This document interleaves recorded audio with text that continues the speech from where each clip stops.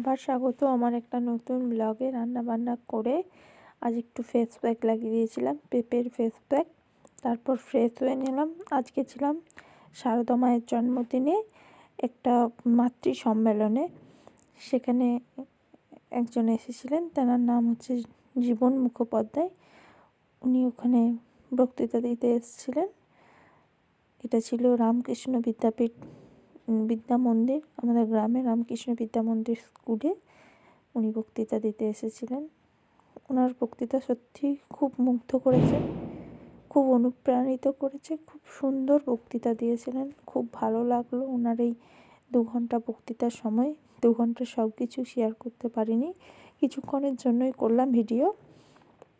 দেখুন, প্রচুর লোক হয়েছে, প্রচুর মহিলারা এসে আমাদের এই মাতৃ সম্মেলনে যোগ দিয়েছিল। আমরাও ছিলাম তার মধ্যে।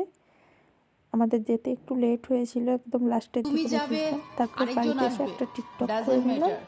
বাংলা বোঝো না, এই হিন্দি পর্যন্ত মে বাতা রहा है। আজকের ভিডিও। तुम আবার जाओगे দেখা হবে অন্য दूसरा কোনো आएगा। নতুন ব্লগে।